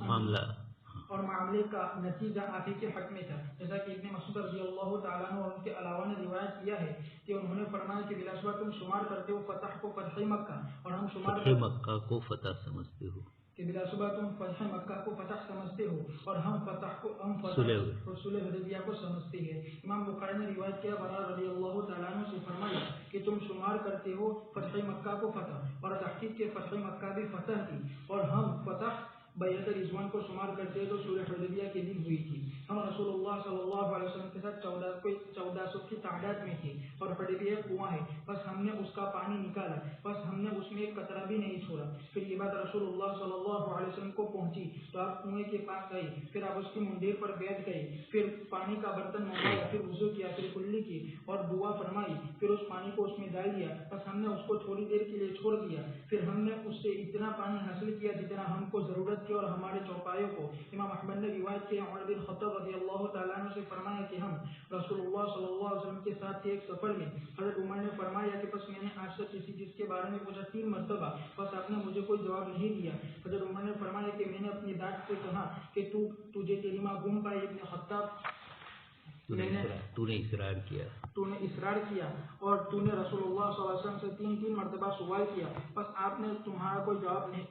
تیرا کوئی جواب نہیں دیا. حضرت عمر نے فرمایا کہ پھر میں سوار ہوا میرے سواری پر، پھر میں نے میرے اونٹ کو حرکت کی، بس میں آگے چلا اس خوف کرتے ہوئے کہیں میرے بارے میں کوئی آیت کریمہ نازل نہ ہو جائے. حضرت عمر نے فرمایا کہ بس اچانک ایک پکارنے والے نے پکارا یا عمر. حضرت عمر نے فرمایا کہ بس میں گیا اور میں گمان کرتا تھا کہ میرے بارے میں کوئی آیت نازل ہوئی ہے. حضرت عمر نے فرمایا کہ بس نبی کریم صلی اللہ علیہ وسلم نے فرمایا کہ میرے اوپر گزشتہ رات ایک سورت نازل ہوئی جو میرے نزدیک زیادہ پسندیدہ ہے دنیا وما فیہا سے. انا فتحنا لک فتحا مبینا لیغفر لك الله ما تقدم من ذنبك وما تأخر. انس بن مالک رضی اللہ تعالیٰ عنہ سے روایت ہے، فرمایا کہ نبی کریم صلی اللہ علیہ وسلم پر یہ آیت کریمہ نازل ہوئی لیغفر لك الله ما تقدم من ذنبك وما تأخر، یعنی آپ کے حدیبیہ سے واپس لوٹنے کے وقت نبی کریم صلی اللہ علیہ وسلم نے فرمایا البتہ تحقیق کے نازل ہوئی میرے اوپر گزشتہ رات ایک ایسے آیت جو زیادہ پسندیدہ ہے میرے نزدیک ان تمام چیزوں کے مقابلے میں جو زمین پر ہے. پھر آپ صلی اللہ علیہ وسلم نے اس آیت کریمہ کو صحابہ کے سامنے پڑھا، بس صحابہ نے عرض کیا مبارک ہے اللہ کے نبی. اللہ تبارک و تعالیٰ نے بیان کر دیا کہ آپ کے ساتھ کیا معاملہ کرے گا، بس ہمارے ساتھ کیا معاملہ کیا جائے گا. تو آپ صلی اللہ علیہ وسلم پر یہ آیت کریمہ نازل ہوئی لیدخل المؤمنین والمؤمنات جنات تجری من تحت الانہار سے انہار، یہاں تک کیا فوزن عظیمہ تک پہنچے. امام احمد نے روایت کیا مغیرہ بن شعبہ رضی اللہ تعالیٰ عنہ سے فرمایا کہ نبی کریم صلی اللہ علیہ وسلم نماز پڑھتے تھے یہاں تک کہ آپ کے قدم مبارک میں ورم آ جاتا تھا. بس آپ سے کہا گیا کیا اللہ تحقیق کہ اللہ تعالیٰ نے آپ کے اگلے پچھلے گناہوں کو معاف نہیں کر دیا ہے؟ تو رسول اللہ صلی اللہ علیہ وسلم نے فرمایا کیا میں اللہ کا شکر گزار بندہ نہ بنوں؟ امام احمد سے روایت ہے کہ وہ عائشہ رضی اللہ تعالیٰ عنہ سے روایت کرتے ہیں، فرماتی ہے کہ رسول اللہ صلی اللہ علیہ وسلم جب نماز پڑھتے تھے تو قیام کرتے تھے یہاں تک کہ آپ کے پیروں میں سوجن آ جاتی تھی۔ بس حضرت عائشہ رضی اللہ تعالیٰ عنہ نے آپ سے عرض کیا کہ اللہ کے رسول آپ ایسا کیوں کرتے ہیں؟ اور تحقیق کہ اللہ تبارک و تعالیٰ نے آپ کے اگلے اور پچھلے گناہ کو معاف کر دیا ہے۔ تو رسول اللہ صلی اللہ علیہ وسلم نے فرمایا کہ عائشہ کیا میں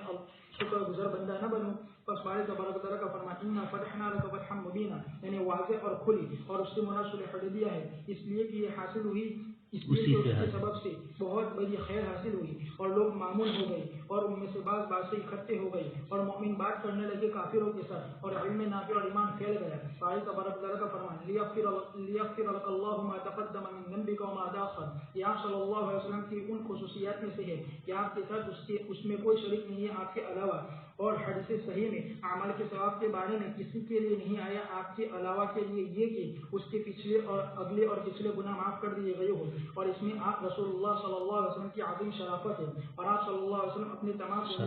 شرف ہے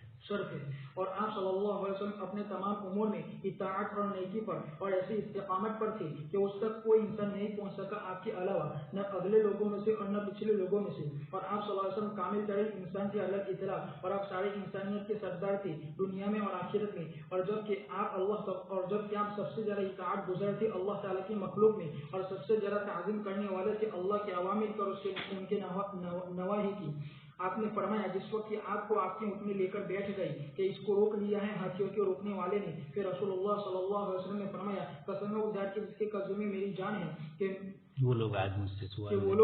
سوال نہیں کریں گے آپ کسی چیز کے بارے میں جس کے ذریعے سے وہ تعظیم کرتے ہوں اللہ تعالیٰ کے فرمات کی، مگر میں ان کی طرف سے ان کے ان سوالات کو قبول کر لوں گا۔ پھر جب اللہ تبارک و تعالیٰ نے جب آپ نے اطاعت کی، پھر جب آپ صلی اللہ علیہ وسلم نے اللہ تعالیٰ کی اطاعت کی اس کے بارے میں اور آپ صلی اللہ علیہ وسلم نے قبول کر لیا صلح کو، تو اللہ تبارک و تعالیٰ نے آپ سے فرمایا انا فتحنا لک فتحا مبینا لیغفر لک اللہ ما تقدم من ذنبک وما تأخر ویتم نعمته علیک، یعنی دنیا اور آخرت میں ویہدیک صراطا مستقیما، یعنی وہ شریعت، وہ عظیم شریعت جو آپ کے لیے مشروع کی اور مضبوط تھی، وینصرک اللہ نصرا عزیزا، یعنی آپ کے جھکنے کی وجہ سے اللہ تبارک و تعالیٰ کے حکم کے سامنے تو اللہ تبارک و تعالیٰ نے آپ کو اونچا مرتبہ دیا اور آپ کی مدد فرمائی اپنے دشمنوں کے خلاف، جیسا کہ حدیث سے صحیح میں آیا ہے کہ اللہ تبارک و تعالیٰ کسی بندے کے لیے اضافہ نہیں کرتا ہے درگزر کرنے کی وجہ سے مگر عزت ہی میں، اور کوئی بندہ توازن نہیں کرتا ہے اللہ تبارک و تعالیٰ کے لیے مگر اللہ تبارک و تعالیٰ اس کو اوپر اٹھاتے ہیں۔ اور میں عمر بن خطاب رضی اللہ تعالیٰ عنہ سے روایت ہے فرمایا کہ تم سزا مت دو کسی ایسے آدمی کو جو اللہ تبارک و تعالیٰ کی نافرمانی کرے تمہارے بارے میں، اس کے معنی یہ کہ تم اللہ تبارک و تعالیٰ کی اطاعت کرو اس کے بارے میں۔ سورہ فتح آپ صلی اللہ علیہ وسلم کثرت سے اس کو پڑھتے تھے، خاص کر کے آپ نے فتح مکہ صلح حدیبیہ کے موقع پر جب واپسی ہوئی اس وقت یہ صورت نازل ہوئی تھی، آپ صلی اللہ علیہ وسلم اس کو پڑھ رہے تھے۔ صحابی حضرت معاویہ ابن قرہ فرماتے ہیں کہ مجھے حضرت عبداللہ ابن مغفل نے یہ سنایا اور مجھے جو سنا میں نے آپ صلی اللہ علیہ وسلم کی جو پڑھنے کے انداز کو دیکھا، میں یہ نقل بھی کر سکتا ہوں، اس لیے کہ حضرت عبداللہ ابن مغفل نے ہمارے سامنے اتنی وضاحت سے اس کو ذکر کیا ہے، لیکن میں نقل کروں تو شاید لوگوں کا اجتماع ہو جائے، اور یہ جگہ ایسی نہیں ہے کہ یہاں لوگوں کا اجتماع ہو، چلنا ہے یہاں تو فرض جعفیہ آپ صلی اللہ علیہ وسلم نے اپنی سواری کے اوپر یا تو حقیقت میں آپ نے زور سے پڑھا، پھر آیتوں کو آہستہ پڑھا، ترجیح کی جو آپ صلی اللہ علیہ وسلم سے روایتیں ہیں ان میں ایک تو یہ کہا جاتا ہے کہ چونکہ وہ نشیب و فراز علاقہ تھا تو کبھی اوپر چڑھتے تو چڑھتے ہوئے آواز تھوڑی زور سے ہوتی اور نیچے اترتے تو آواز پست ہوتی، تو رجع راوی نے اس طرح تعبیر کیا۔ خیر، انا فتحنا لک فتحا مبینا، ان آیات میں اللہ تبارک تعالیٰ نے آپ صلی اللہ علیہ وسلم کے لیے فتح مبین کا وعدہ فرمایا اور ماضی کا سیگا کہ وہ فتح آ ہی چکی ہے۔ آپ صلی اللہ علیہ وسلم حقیقت میں صلح حدیبیہ یہ سبب بنا تھا لوگوں کے ایمان میں داخل ہونے کا، اس لیے کہ آپ صلی اللہ علیہ وسلم نے جب مشرکین سے صلح کر لی تو آپس میں ایک دوسرے کی رشتہ داریاں جو لگی ہوئی تھی وہ آئے مکہ مکرمہ، صحابہ مدینہ منورہ سے وہاں پہنچے مکہ مکرمہ، یہ مکہ سے یہاں آئے تو آپس میں تعلقات استوار ہوئے، انہوں نے ایمان والوں کے اعمال دیکھے، ان کی عبادتیں دیکھی، ان کی زندگیوں کا چین و سکون دیکھا، ان چیزوں نے ان کو دین اور ایمان کی طرف متوجہ کیا، چنانچہ یہ حضرات کثرت سے ایمان لے آئے۔ وحید الدین خان صاحب کا جملہ ہے کہ جسے فاتح بند ہونے کی وجہ سے گاڑیاں رکی ہوئی ہوتی ہے، فاتح کھلتا ہے تو فتح صلح حدیبیہ ایک فاتح تھا۔ خیر ان کی دوسری استدلالات سے ہمیں اتفاق نہیں ہے، لیکن یہ تعبیر جو انہوں نے کی تھوڑی سمجھنے کے اعتبار سے اچھی ہے۔ تو اس کے بعد جتنے لوگ صلح حدیبیہ سے پہلے تک ایمان نہیں لائے تھے، صرف صلح حدیبیہ سے فتح مکہ کے درمیان اتنی بڑی تعداد ایمان میں داخل ہو گئی، اس لیے کہ ایک تو خود مکہ والے کمزور پڑ گئے اور انہوں نے حضور اور صحابہ کو ایک مضبوط جماعت تسلیم کر لی۔ تو جزیرۃ العرب میں صلح ہوئی تو یہ معلوم ہوا کہ بھی صلح ہوئی کس کی؟ تو کہا مشرکین کی اور مسلمانوں کی۔ تو دو فریق کی میں ایک فریق کے طور پر مسلمانوں کو پیش کیا گیا۔ اس سے پہلے سمجھتے تھے کہ یہ ہمارے دین سے پھرے ہوئے ہیں، ان کا کوئی اعتبار نہیں ہے۔ صلح نے سب سے بڑا یہ فائدہ دیا کہ مسلمانوں کی طاقت کو تسلیم کیا گیا۔ دوسری بات، ایک تو جزیرۃ مکہ مکرمہ والے کمزور پڑے اور ان میں خالد، عمرو بن عاص، یہ سب کے سب بڑے بڑے جنرل، اللہ نے ان کو انہی دنوں میں اسلام کی توفیق سے نوازا۔ حضرت ابو سفیان، حضرت معاویہ، چاہے وہ فتح مکہ کے وقت آئے، لیکن یہ کہ وہ سب کے سب اس طرح کے ہو گئے۔ خیر، تو دوسری بات یہ ہوئی کہ مکہ والوں کے درمیان اور آپ صلی اللہ علیہ وسلم کے درمیان صلح ہوئی۔ یہ صلح نے جزیرۃ العرب کے دوسرے قبائل کو اس بات کی طرف متوجہ کیا کہ جب وہ خود صلح کر رہے ہیں تو ہم کیوں لڑیں ان سے، اور صلح کرتے ہوئے ان کا آنا جانا کھانا پینا رہتا ہے تو ہم کیوں مسلمانوں سے بائیکاٹ رکھیں۔ تو یہ بھی نرم پڑے، نرم پڑتے ہوئے قبائل آئے، اسلام کی دعوت قبول کی انہوں نے، نرم ہوئے، تو دونوں چیزیں ہوئی، اسلام میں بھی داخل ہوئے اور ایک بہت بڑا طبقہ اسلام میں چاہے داخل نہیں ہوا تھا لیکن نرم پڑ گیا تھا مشرکین کی صلح سے۔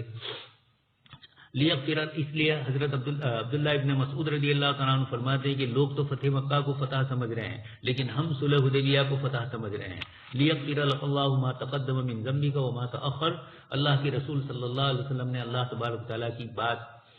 اللہ پاک کا جو حکم تھا اس کے مطابق آپ نے عمل کیا تو اللہ تبارک تعالیٰ کی طرف سے آپ صلی اللہ علیہ وسلم کو خوشخبری دی گئی، ما تقدم وما تأخر، آپ کے تقدم اور تأخر، آگے اور پیچھے والے، ذنبن تو لفظ ہے ورنہ اللہ کے رسول صلی اللہ علیہ وسلم سے کوئی گناہ صادر ہوا ہی نہیں۔ البتہ علماء فرماتے ہیں کہ امت کی وجہ سے آپ صلی اللہ علیہ وسلم کو نیچے اترنا پڑا، لولا نشق علی امتی لامرتہم بالسواک، اس طرح کے کئی اعمال ہیں آپ سن چکے ہیں۔ اللہ کے رسول صلی اللہ علیہ وسلم اور صحابہ تھے، آپ نے کمرے جیسا بنا دیا تھا چٹائی سے اپنے کمرے میں، حجرے میں بھی حجرہ بنایا تھا آپ نے، اور پھر صحابہ کو معلوم ہوا کہ اللہ کے رسول رات کو نماز پڑھتے ہیں تو وہ آنے لگے، ایک دن آئے، پھر دوسرے دن حضور تشریف نہیں لائے، انہوں نے کنکریاں ماری، پھر آپ باہر تشریف لائے اور یہ کہا کہ مجھے معلوم تھا لیکن اگر میں پابندی کر دوں تو تمہارے اوپر دشوار ہو جائے، فرض ہو جائے۔ اسی طرح تراویح کے موقع پر بھی جو آپ صلی اللہ علیہ وسلم نے فرمایا، تو پوری زندگی میں اس طرح کے کئی اعمال ہیں۔ آپ نے خود یہ فرما دیا کہ احمد البلیۃ پر میں عمل کرتا ہوں، جو کم تکلیف والی چیز، تو لیغفر لک اللہ، اس پر جو امت کے لیے نبی کو اپنی عظیمت سے رخصت کے درجے پر اترنا پڑا، اگرچہ وہ شرعی اعتبار سے تھا لیکن نبی کی شان چونکہ آگے کی تھی، اس میں جو آپ صلی اللہ علیہ وسلم کو امت کے لیے نیچے اترنا پڑا اس کو ذنب سے تعبیر کیا ہے۔ تو حسنات الابرار سیئات المقربین، جو ہم لوگ نیکیاں کرتے ہیں وہ اس زمانے میں جیسے حسن بصری نے فرمایا کہ صحابہ اگر اٹھ کر آ جائے تو وہ یہ سمجھے کہ یہ دین اس طرح تو نہیں تھا جیسا ہم چھوڑ کے گئے تھے، یعنی ہم لوگوں نے بعد میں بہت نرمیاں اور آسانیاں اس میں کر دی۔ تو ذنب کا لفظ یہاں الذنب معلوم والکیف مجہول، اس کی کیفیت وہ نہیں ہے جیسے عام انسانوں کے گناہ کی ہے، اس لیے آپ صلی اللہ علیہ وسلم کی یہاں بشارت اللہ پاک کی طرف سے دی گئی ہے کہ سب کچھ آپ کو ہمیں ہماری طرف سے معاف کر دیا گیا۔ وَيُتِمَّ نِعْمَتَهُ عَلَيْكَ، اللہ کی نعمتیں آپ پر مکمل کی گئی، آپ کو صراط مستقیم کی ہدایت کی گئی۔ صراط مستقیم اتنا بڑا ہے کہ خود اللہ پاک اپنے نبی کو ان مواقع میں ذکر کرتے ہیں جہاں اللہ تبارک تعالیٰ اپنا تمنن اور احسان بتلانا چاہتے ہیں، وہاں وَيَهْدِيَكَ صِرَاطًا مُسْتَقِيمًا فرمایا۔ آگے فرمایا وَيَنْصُرَكَ اللَّهُ نَصْرًا عَزِيزًا، اللہ پاک کی طرف سے بڑی پختہ مدد آئے گی۔ صحابہ کرام جم کر رہے اور مکہ مکرمہ والے بھی دیکھ کر عزیز آ گئے کہ اتنی زیادہ مسلمانوں کی اللہ کے رسول سے محبت اور تعلق ہے۔ چنانچہ آگے روایت آ رہی ہے سہیل ابن عمرو جب واپس جاتا ہے مکہ والوں کے پاس تو یہی کہتے ہیں، بعد میں ایمان لے آئے تو سہیل ابن عمرو یہی کہتے ہیں کہ میں نے ہرقل کے دربار کو دیکھا، میں نے کسریٰ کے دربار کو دیکھا، بڑے بڑے دوسرے بادشاہوں کے دربار دیکھے، لیکن اتنا چاہنے والے جتنا محمد صلی اللہ علیہ وسلم کے ساتھی ان کو چاہتے ہیں میں نے کسی کو نہیں دیکھا۔ اور اسی میں کہا کہ جب وہ وضو کرتے ہیں، جب وہ لعاب مبارک تھوکتے ہیں تو لوگ دوڑ پڑتے ہیں ان کو لینے کے لیے، اتنی محبت اور اتنی عظمت میں نے کسی میں نہیں دیکھی۔ خیر، تو فتح مکہ اللہ تبارک تعالیٰ نے صلح حدیبیہ کو اسی لیے کہا کہ صحابہ کرام نے اللہ تبارک تعالیٰ کے احکام پر اپنے آپ کو ڈال دیا۔ یہ عملی شکل کے اندر صحابہ جو نہیں کر رہے تھے اپنے سر حلق، یہ بھی ایک قسم کی محبت خداوندی تھی، اور وہ یہ سمجھ رہے تھے کہ شاید اللہ پاک کی طرف سے حکم آ جائے گا، لیکن جب حضور نے خود ہلاک کرنا شروع کیا تو صحابہ سمجھ گئے کہ اب آنے والا نہیں ہے حکم. تو پانی کا بھی مسئلہ وہاں حدیبیہ کے موقع پر پیش آیا. اچھا، آپ صلی اللہ علیہ وسلم نے پہلے سے ہی راستہ بدل دیا. مکہ مکرمہ حدیبیہ سے جو جانا تھا اس طرف آپ نہیں گئے، مدینہ منورہ سے مغربی سمت میں آپ آئے ہیں تو پہلے حدیبیہ آتا ہے، پھر اس کے بعد مکہ مکرمہ آتا ہے. لیکن آپ صلی اللہ علیہ وسلم نے اپنی سواری سائڈ پہ اتار دی اور آپ صلی اللہ علیہ وسلم وہیں رہے. حضرت خالد ابن ولید وغیرہ بر کے غمات تک آئے بھی تھے اور پھر اس کے بعد واپس چلے گئے تھے. تو وہاں پانی کا مسئلہ بھی پیش آیا. اللہ پاک نے آپ صلی اللہ علیہ وسلم سے معجزات کا ظہور فرمایا، اور اس امت کے ساتھ جس معجزے کا ظہور ہوا عمومی طور پر وہ یہ ہے کہ کچھ لو اور پھر اللہ کی طرف سے برکت آئے. بغیر پانی کے بھی اللہ پاک کنویں کا پانی لا سکتے تھے، لیکن حضور نے برتن میں لیا اور لینے کے بعد کیا یہ اس امت کو بتلا دیا کہ معجزات کے اندر بھی صرف دنیا کی چیزوں پر نہ ہو، کچھ اسباب بھی اختیار کرو اور پھر مسبب الاسباب سے مانگو. حضرت عمر رضی اللہ تعالیٰ عنہ نے چونکہ بار بار اقرار کیا تھا، آگے روایت تفصیلی آ رہی ہے وہ، تو حضرت عمر کو پوری زندگی پر افسوس رہا اور کئی آپ نے صدقات کیے. حضور سے جو انہوں نے سوال کیا تھا اللہ نے آپ کو سچا نبی بنا کر نہیں بھیجا، کیا آپ نے نہیں کہا تھا کہ ہم عمرہ کریں گے؟ حضور نے فرمایا کہ اس سال تھوڑا کہا تھا میں نے، مطلب کہا تھا. خیر، اللہ پاک نے دوسرے سال پھر عمرہ کے لیے آپ صلی اللہ علیہ وسلم اور صحابہ کرام کو پہنچا دیا. حضرت عمر رضی اللہ تعالیٰ عنہ فرماتے ہیں کہ میں نے اقرار کیا تھا، اس کے بعد میرے دل میں آیا کہ تو نے اللہ کے رسول سے 3 مرتبہ سوال کیا اور حضور نے جواب نہیں دیا، تو جلدی سے حضرت عمر گھبرا گئے اور آگے نکل گئے. اور دل میں یہ تھا شک کہ شاید میرے متعلق کوئی آیت نازل ہو. چنانچہ آئی بھی، لیکن حضور نے آیت جو نازل ہوئی اس میں یہ فرمایا کہ عمر، رات کو میرے اوپر ایسی صورت نازل ہوئی ہے کہ دنیا و ما فیہا سے وہ میرے لیے بہتر ہے. کچھ روایتوں میں یہ بھی ہے کہ ابھی بھی حضرت عمر کا غصہ تھوڑا تھما نہیں تھا، تو انہوں نے کہا کہ اللہ کے رسول اس کو فتح کہتے ہیں؟ حضور نے فرمایا کہ جی ہاں. هو الذي أنزل السكينة في قلوب المؤمنين ليزدادوا إيمانا مع إيمانهم ولله جنود السماوات والأرض وكان الله عليما حكيما ليدخل المؤمنين والمؤمنات جنات تجري من تحتها الأنهار خالدين فيها ويكفر عنهم سيئاتهم وكان ذلك عند الله فوزا عظيما ويعذب المنافقين والمنافقات والمشركين والمشركات الظالمين بالله ظن السوء عليهم دائرة السوء وغضب الله عليهم ولعنهم وأعد لهم جهنم وساءت مصيرا ولله جنود السماوات والارض وكان الله عزيزا حكيما. وہی ذات ہے جس نے سکینت کو نازل کیا مومنین کے دلوں میں تاکہ اضافہ ہو ان کے ایمان میں، ان کے موجودہ ایمان کے ساتھ، اور اللہ یقین میں حنفی ہیں ہم تو ایمان ان کے یقین کے ساتھ، اضافہ ہو ان کے یقین میں، اضافہ ہو ان کے یقین میں، ان کے ایمان کے ساتھ، اور اللہ کے لیے لشکر آسمانوں اور زمین کی، اور اللہ تبارک و تعالیٰ جاننے والا حکمت والا ہے. اور تاکہ وہ داخل کرے مومن مردوں کو اور مومن عورتوں کو ایسے باغات میں جس کے نیچے سے نہریں بہتی ہے، اس میں ہمیشہ ہمیشہ رہیں گے، اور مٹالے ان سے ان کی برائیوں کو، اور یہی اللہ تبارک و تعالیٰ کے نزدیک بڑی کامیابی ہے. اور عذاب کے، اور تاکہ عذاب کے منافق مردوں کو اور منافق عورتوں کو، مشرک مردوں کو اور مشرک عورتوں کو، اور اللہ تبارک و تعالیٰ کے ساتھ برا گمان رکھنے والوں جو کہ اللہ تبارک و تعالیٰ کے ساتھ برا گمان رکھنے والے ہیں اور ان پر برا وقت پڑنے والا ہے، اور اللہ تبارک و تعالیٰ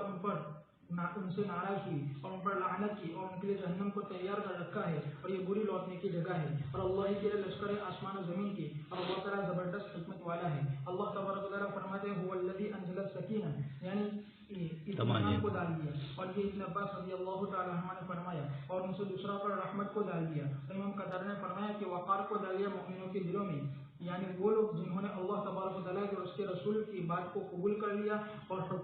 اللہ تبارک و تعالیٰ کے حکم کے اور اس کے رسول کی، پھر جب ان کے دلوں میں اطمینان ہو گیا اس کی وجہ سے اور اطمینان حاصل کر لیا تو ان کے یقین میں اضافہ ہو گیا ان کے ایمان کے ساتھ. پھر اللہ تبارک و تعالیٰ نے ذکر کیا کہ اگر اللہ تبارک و تعالیٰ چاہتے تو انتقام لیتے کافروں سے، بس اللہ تبارک و تعالیٰ نے فرمایا وَلِلَّهِ جُنُودُ السَّمَاوَاتِ وَالْأَرْضِ، یعنی اگر اللہ تبارک و تعالیٰ ان پر ایک فرشتے کو بھی بھیج دے دے تو وہ ان کے بڑے بڑے سرداروں کو ان کی سرسبزی کو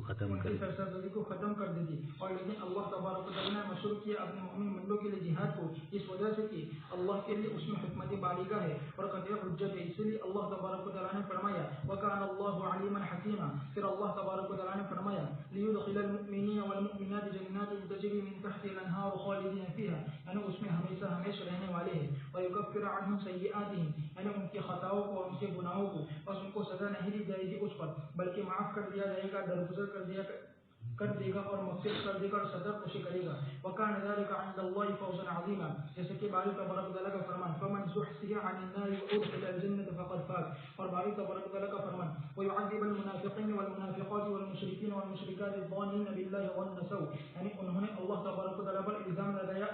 اللہ کے فیصلے میں، اور وہ گمان رکھتے تھے رسول اللہ صلی اللہ علیہ وسلم کے ساتھ اور آپ کے صحابہ کے ساتھ یہ کہ وہ قتل کر دیے جائیں گے اور ان کو پوری طور پر ختم کر دیا جائے گا. اس لیے اللہ تبارک و تعالیٰ نے فرمایا علیہم دائرۃ السوء وغضب اللہ علیہم ولعنہم، یعنی ان کو دور کر دیا اپنے رحمت سے، وأعد لهم جہنم وساءت مصیرا. پھر اللہ تبارک و تعالیٰ نے فرمایا اظہار کرتے ہوئے اپنی قدرت کا دشمنوں سے انتقام لینے کا اور اسلام کے دشمنوں سے انتقام لینے پر، یعنی کفاروں سے اور کافروں سے اور منافقوں سے. وَلِلَّهِ جُنُودُ السَّمَاوَاتِ وَالْأَرْضِ وَكَانَ اللَّهُ عَزِيزًا حَكِيمًا. إِنَّا أَرْسَلْنَاكَ شَاهِدًا وَمُبَشِّرًا وَنَذِيرًا لِتُؤْمِنُوا بِاللَّهِ وَرَسُولِهِ وَتُعَزِّرُوهُ وَتُوَقِّرُوهُ وَتُسَبِّحُوهُ بُكْرَةً وَأَصِيلًا. إِنَّ الَّذِينَ يُبَايِعُونَكَ إِنَّمَا يُبَايِعُونَ اللَّهَ يَدُ اللَّهِ فَوْقَ أَيْدِيهِمْ فَمَن نَكَثَ فَإِنَّمَا يَنكُثُ عَلَى نَفْسِهِ وَمَنْ أَوْفَىٰ بِمَا عَاهَدَ عَلَيْهِ اللَّهُ فَسَيُؤْتِيهِ أَجْرًا عَظِيمًا. بلا شبہ ہم نے آپ کو بھیجا گواہی دینے والا، بشارت دینے والا اور ڈرانے والا بنا کر، تاکہ تم ایمان لاؤ اللہ پر، اس کے رسول پر، اور تم ان کی مدد کرو اور تم ان کی عظمت کرو اور تم اللہ کی تسبیح بیان کرو صبح شام. بلا شبہ وہ لوگ جنہوں نے آپ سے بیعت کی تو بلا شبہ انہوں نے اللہ تبارک و تعالیٰ سے بیعت کی اور اللہ کا حق ان کے حقوق کے اوپر ہے. بس جو شخص اس معاہدے کو توڑے گا تو بلا شبہ وہ توڑے گا اپنی راتیں کھلا، اور جو شخص پورا کرے گا اس عہد کو جس پر اللہ تبارک و تعالیٰ نے اسے معاہدہ لیا ہے، بس عنقریب اللہ تبارک و تعالیٰ اس کو اجر عظیم عطا کرے گا. اللہ تبارک و تعالیٰ فرماتے اپنے نبی محمد صلی اللہ علیہ وسلم سے انا ارسلناک شاہدا، یعنی مخلوق پر، اور مبشرا یعنی مؤمنین کے لیے، ونذیرا یعنی کافروں کے لیے، لتؤمنوا باللہ ورسولہ وتعزروہ. ابن عباس اور ان کے علاوہ مفسرین نے فرمایا کہ تاکہ تم ان کی عظمت کرو، وتوقروہ یہ توقیر سے ہے یعنی احترام اور عزت اور تعظیم ہے، اور سبحوہ یعنی تم اللہ تبارک و تعالیٰ کی تسبیح بیان کرو، بکرۃ واصیلا یعنی دن کے شروع میں اور اخیر میں. پھر اللہ تبارک و تعالیٰ نے فرمایا اپنے رسول صلی اللہ علیہ وسلم سے ان کی شرافت کو، ان کی عظمت کو، ان کی تکریم کو بتلاتے ہوئے ان الذین یبایعونک انما یبایعون اللہ، جیسے کہ باری تبارک و تعالیٰ کا فرمان من یطیع الرسول فقد اطاع اللہ ید اللہ فوق ایدیہم، یعنی اللہ تبارک و تعالیٰ موجود تھے ان کے ساتھ، وہ ان کی باتوں کو سن رہے تھے اور ان کی جگہ کو دیکھ رہے تھے اور ان کی پوشیدہ باتوں کو اور ظاہری باتوں کو جانتے تھے. بس اللہ تبارک و تعالیٰ بیعت کرنے والے ہیں اپنے رسول کے واسطے سے، جیسا کہ اللہ تبارک و تعالیٰ کا فرمان ان اللہ اشترى من المؤمنین انفسهم واموالهم بان لهم الجنہ یقاتلون فی سبیل اللہ فیقتلون ویقتلون. اور رسول اللہ صلی اللہ علیہ وسلم نے فرمایا کہ جو شخص اپنی تلوار کو سونتے اللہ تبارک و تعالیٰ کے راستے میں تو اس نے اللہ تبارک و تعالیٰ سے بیعت کی ہے. ابن عباس رضی اللہ تعالیٰ عنہ سے روایت ہے، فرمایا کہ رسول اللہ صلی اللہ علیہ وسلم نے فرمایا حجر اسود کے بارے میں کہ خدا کی قسم ضرور اللہ تبارک و تعالیٰ اس کو اٹھائیں گے قیامت کے لیے، اس کی دو آنکھیں ہوگی جس سے وہ دیکھے گا، اور اس کی ایک زبان ہوگی جس کے ذریعے سے وہ بات کرے گا، اور گواہی دے گا ان لوگوں پر جنہوں نے ان کو غصہ دیا ہوگا، اس کو غصہ دیا ہوگا حق کے ساتھ. اور جو شخص بھی تم سے اس کا استعلام کرے تو تحقیق کہ اس نے اللہ تبارک و تعالیٰ سے بیعت کی. پھر رسول اللہ صلی اللہ علیہ وسلم نے اس آیت کریمہ کو تلاوت کیا ان الذین یبایعونک انما یبایعون اللہ ید اللہ فوق ایدیہم. اس لیے اللہ تبارک و تعالیٰ نے یہاں فرمایا فمن نکث فانما ينکث علی نفسہ، یعنی بلا شبہ اس کا وبال اسی خلاف ورزی کرنے والا پر ہی لوٹے گا اور اللہ تعالیٰ بے نیاز ہے اس سے. ومن اوفى بما عاهد علیہ اللہ فسیؤتیہ اجرا عظیما، یعنی بہت سارا ثواب. اور یہ بیعت سے مراد بیعت الرضوان ہے، اور یہ ببول کے درخت کے نیچے ہوئی تھی حدیبیہ کے مقام پر. صحابہ رضی اللہ عنہم، وہ صحابہ رضی اللہ عنہم جنہوں نے رسول اللہ صلی اللہ علیہ وسلم سے بیعت کی جو کچھ دن 1400 کی تعداد میں تھے. امام بخاری اور مسلم نے روایت کیا ہے، جابر رضی اللہ تعالیٰ عنہ سے فرمایا کہ ہم حدیبیہ کے دن 1400 کی تعداد میں تھے اور آپ نے اپنا ہاتھ اس پانی میں رکھا، پھر پانی پھوٹنے لگا آپ کی انگلیوں کے درمیان سے یہاں تک کہ ہم تمام سیراب ہو گئے. اور صحیح میں ایک روایت بھی ہے جابر رضی اللہ تعالیٰ عنہ سے کہ صحابہ کی تعداد 1500 تھی. والذی انزل السکینۃ فی قلوب المؤمنین، اللہ پاک نے صلح حدیبیہ کے موقع پر ایمان والوں کے دل کے اندر سکون نازل کیا. اگرچہ اللہ کے دین کے لیے جسہ اور ان کے دلوں کے اندر تھوڑی حمیت دینی تھی، اسی کو آگے قرآن نے دوسری آیتوں میں ذکر بھی فرمایا. اور والذین معہ اشداء علی الکفار رحماء بینہم، سورت کے اخیر کے اندر جو جملے فرمائے وہ بھی اسی کی طرف اشارہ ہے. تو صحابہ کرام کو طمانینت قلبی نصیب ہوئی، رحمت الہی ان پر نازل ہوئی. اور سب سے بڑی چیز لیزدادوا ایمانا مع ایمانہم، یہ سکون اور یہ طمانینت نے ان کے ایمان میں اضافہ کیا. اب الایمان یزید و اس کی بحث چلتی ہے ائمہ کے درمیان، لیکن حقیقی بات یہ ہے کہ امام ابو حنیفہ رحمۃ اللہ علیہ اور امام شافعی رحمۃ اللہ علیہ کی سوچ میں کوئی فرق نہیں ہے۔ امام صاحب کو جن باطل فرقوں سے پالا پڑا تھا وہ خارجی لوگ تھے جو چھوٹی چھوٹی چیزوں پر لوگوں کو کافر کہتے تھے، اس لیے امام صاحب نے ایمان کو مرکب نہیں مانا بلکہ ایمان کو بسیط مانا، صرف اللہ پاک پر یقین کرنا، اسی کو امام ابو حنیفہ رحمۃ اللہ علیہ نے ایمانیات میں شامل کیا۔ جبکہ امام شافعی رحمۃ اللہ علیہ کے زمانے میں ایسے لوگ آئے جنہوں نے اعمال کے اندر بھی لا شیء محض قرار دیا اور اعمال میں سستی پیدا ہوئی، تو امام شافعی رحمۃ اللہ علیہ نے دیکھا کہ قرآن تو بار بار ان الذین آمنوا وعملوا الصالحات کہتا ہے، اس لیے انہوں نے اعمال صالحہ کو بھی اس کے ساتھ شریک کر دیا، اور الایمان قول و عمل، اس طریقے سے امام بخاری رحمۃ اللہ علیہ اور دیگر حضرات نے جو ایمانیات کے سلسلے کی بحثیں کی، حقیقت میں یہ کوئی فرق نہیں ہے۔ ویسے آیت کے ظاہر میں تو لیزدادوا ایمانا مع ایمانہم ہی ہو رہا ہے، اور یا ایھا الذین آمنوا آمنوا دوسری آیت میں بھی اس کو ذکر فرمایا، اس لیے آیت کا ظاہر وہ حضرات مراد لیتے ہیں۔ اس وقت کے غیر مقلدیت تھوڑی اس مسئلے کے اندر تھوڑے زیادہ شدید ہو رہے ہیں۔ ہم کہہ رہے ہیں کہ اصل مسئلہ کوئی اختلافی نہیں ہے امام ابو حنیفہ اور امام شافعی کے درمیان، یہ مسئلہ چونکہ تھا امام صاحب کے زمانے میں، مقابل میں ایسے لوگ تھے جو صحابہ کرام تک کو کافر قرار دیتے تھے، ایسے سخت لوگ تھے، تو امام صاحب نے وہاں اعمال کو دوسرے نمبر پر رکھا اور ایمان کے ساتھ شامل نہیں کیا۔ لیکن امام ابو حنیفہ رحمۃ اللہ علیہ پوری زندگی جنہوں نے عمل ہی سے گزاری، وہ اس طرح کیوں کر سکتے تھے؟ اس لیے انہوں نے جو کچھ کیا وہ اپنے زمانے کے ان کافروں کو یہی کہا کہ تم لوگوں پر کفر کے فتوے دے کر اس طرح کرتے ہو، اس بنیاد کے اوپر ہم ان کو کافر نہیں قرار دیں گے، بلکہ ایمان ہے بس لا الہ الا اللہ محمد الرسول اللہ، تو اس پر ہم ان کو مومن سمجھیں گے چاہے اعمال نہ ہو۔ لیکن امام صاحب اعمال کی کمی بتلانا نہیں چاہتے تھے اس باطل فرقے کے مقابلے میں۔ امام شافعی رحمۃ اللہ علیہ کا زمانہ آیا تو انہوں نے یہ دیکھا تو انہوں نے اعمال کو بھی شریک کر دیا، تو دونوں کی نیتیں مخلص تھی، اس لیے دونوں میں کوئی فرق اور یہ اختلاف نہیں ہے، اس لیے ازدیاد ایمان کی بحث کو اتنا طول دینے کی ضرورت نہیں ہے۔ حضرت مولانا بدر عالم میرٹھی رحمۃ اللہ علیہ فرماتے ہیں ترجمان سنت میں، لوگوں کے ایمان کے لالے پر رہے ہیں اور ہم مدرسوں کے اندر ایک ایک مہینے تک ایمان کے ازدیاد اور نقص کے اوپر گفتگو کرتے ہیں، یہاں ایمان ہی نہیں ہے، ایمان ہی جا رہا ہے، اس لیے ان بحثوں میں۔ لیکن یہ کہ پھر بھی کتاب اللہ میں وَإِذَا تُلِيَتْ عَلَيْهِمْ آيَاتُهُ زَادَتْهُمْ ایمانا، یہاں پر بھی ایمان آیا، تو وہ پہلے مع ایمانہم،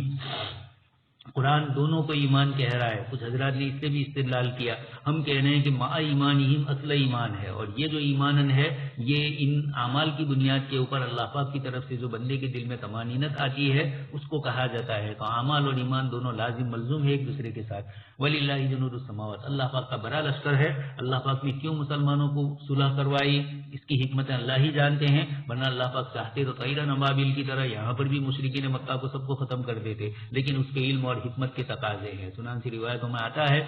آپ صلی اللہ علیہ وسلم مدینہ مکہ مکرمہ گئے، حضرت خالد ابن ولید کے بھائی ملے، پوچھا کہ خالد کہاں ہیں، تو کہا وہ تو مکہ چھوڑ کے بھاگ گئے ہیں، وہ آپ کے عمرہ کو نہیں دیکھنا چاہتے تھے۔ تو ایک جملہ آپ نے نکالا، اما حان لخالد،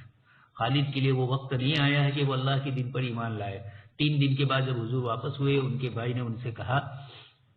کہ اللہ کے رسول نے تمہیں یاد کیا تھا اور یہ کہا تھا کہ کیا خالد کے لیے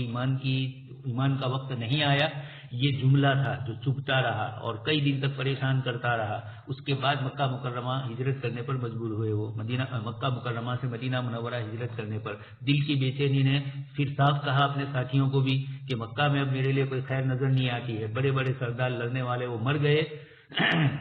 اور کچھ لوگ اسلام لے آئے، تو اب مکہ میں کیا رہا ہے؟ خیر لیدخل المؤمنین، آپ صلی اللہ علیہ وسلم کو تو یہ ملا ہی تھا، انا فتحنا لک، اللہ کے رسول صلی اللہ علیہ وسلم نے صحابہ کرام کے لیے بھی اللہ تبارک تعالیٰ سے دعا فرمائی اور لیدخل المؤمنین نے ان کو شامل کیا۔ اس کے مقابلے میں جنہوں نے بہت سخت اذیتیں اور تکلیفیں دی تھی اور جو مدینہ سے مسلمان نکل رہے تھے تو خوش ہو رہے تھے کہ اب واپس آئیں گے ہی نہیں، مکہ والے ان کو کاٹ ڈالیں گے، تو وہ یعذب المنافقین، اللہ پاک نے ان منافقین کے دلوں میں بھی ڈر ڈال دیا اور قیامت کے دن بھی عذاب ہوگا، اور یہاں مرنے کے بعد بھی ان پر عذاب ہوگا۔ وہ سوچ رہے تھے ظانین باللہ ظن السوء، صحابہ کرام کے متعلق